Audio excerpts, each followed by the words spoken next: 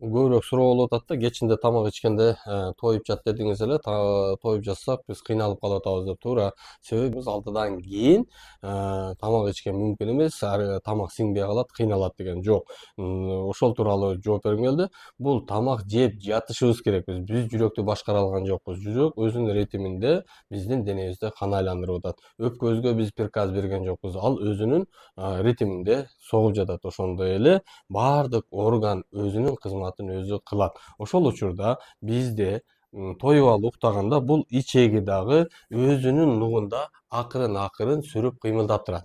Эгерде биз кыймылдап жүргөндө энергиянын бардыгы денеге кеткенде бизде тамак сиңирүү болбойт. Биз жеген азыкты канга толук алып кете албай калат.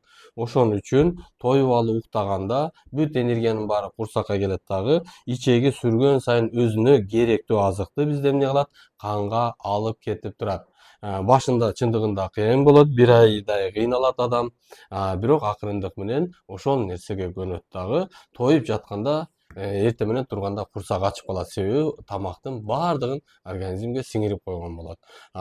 Эгерде сиз 6-дан кийин тамак ичпей жатсаңыз, эртең менен ашказан кислотасы көбөйүп кетет дагы, сизде эртең мененки аппетит жок болот дагы, тамак иче албайсыз. Ошон үчүн жатаарда колдон келишинче курсакты тойгузуп жатканга аракет кылыңыз. Андан кийин эрежеге салыштын кереги жок.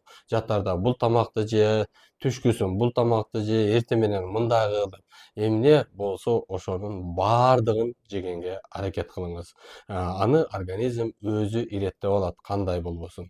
Эгерде ушул боюнча суроолоруңуздар болсо, же болбосо тамак ичүүдө сизде сиңбей кыйналып атсаңыз, анда биздин номерлерге байланышсаңыз болот. Комментарийге жазсаңыз болот, ошол жактан жооп берет. Же болбосо консультацияга келип, же леченияга келип кетсеңиз дагы болот. Биз ушул ички органдын баардыгын массаж аркылуу эрежеге салабыз.